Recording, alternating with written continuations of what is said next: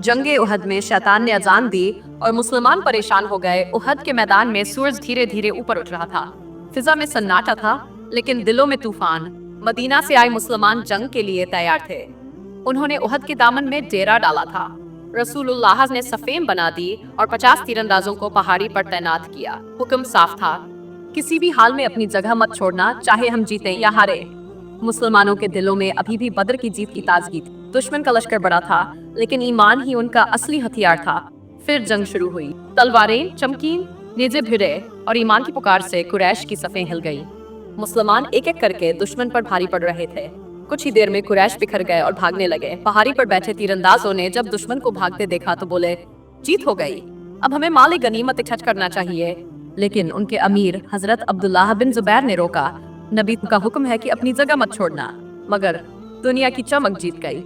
ज्यादातर तीरंदाज पहाड़ी से नीचे उतर आए। उसी वक्त अचानक एक आवाज गूंजी, मोहम्मद हम शहीद हो गए। ये आवाज अजान जैसी ऊंची और गूंजदार, लेकिन इसमें अजान की पाकीज़गी नहीं थी, बल्कि शक, डर और धोखा था। मुसलमानों के दिल दहल गए। सफ़ें टूटने लगीं, तलवारें हाथ से गिरने लगीं। क्या सचमुच रसूलुल्लाह नहीं रहे? ये सवाल हर जुबान पर था, हर दिल में तीर बनकर लगा।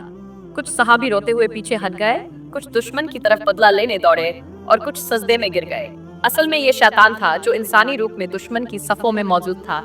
वही ये फितना फैला चुका था। उसने अजान दी थी, लेकिन ये अजान नहीं थी, ये उसकी चाल थी। तभी हजरत काब बिन मालिक ने तलवार उठाई और ऊंची आवाज में पुकारा, लोगो, रसूलुल्लाह जिंदा हैं, मैंने अभी अभी उन्हें सजदे में देखा है। ये सुनकर सहाबा की आंखों में जैसे रोशनी लौट आई, कदमों में जान आ गई और मैदान फिर से ईमान की पुकार से गूंज उठा। लेकिन नुकसान हो चुका था। 70 जानिसार शहीद हो गए, जिनमें हजरत हमजा जैसे शेर खुदा भी शामिल थे। आखिरी पैगाम, शैतान ने अजान दी थी, लेकिन जब मुसलमान ने दिल की अजान सुनी तो हक सामने आया। असल अजान सिर्फ आवाज नहीं, बल्कि दिल की रोशनी है। अगर ये ईमान से निकले तो नूर बनती है, और अगर शैतान दे तो उम्मत को तोड़ देती है।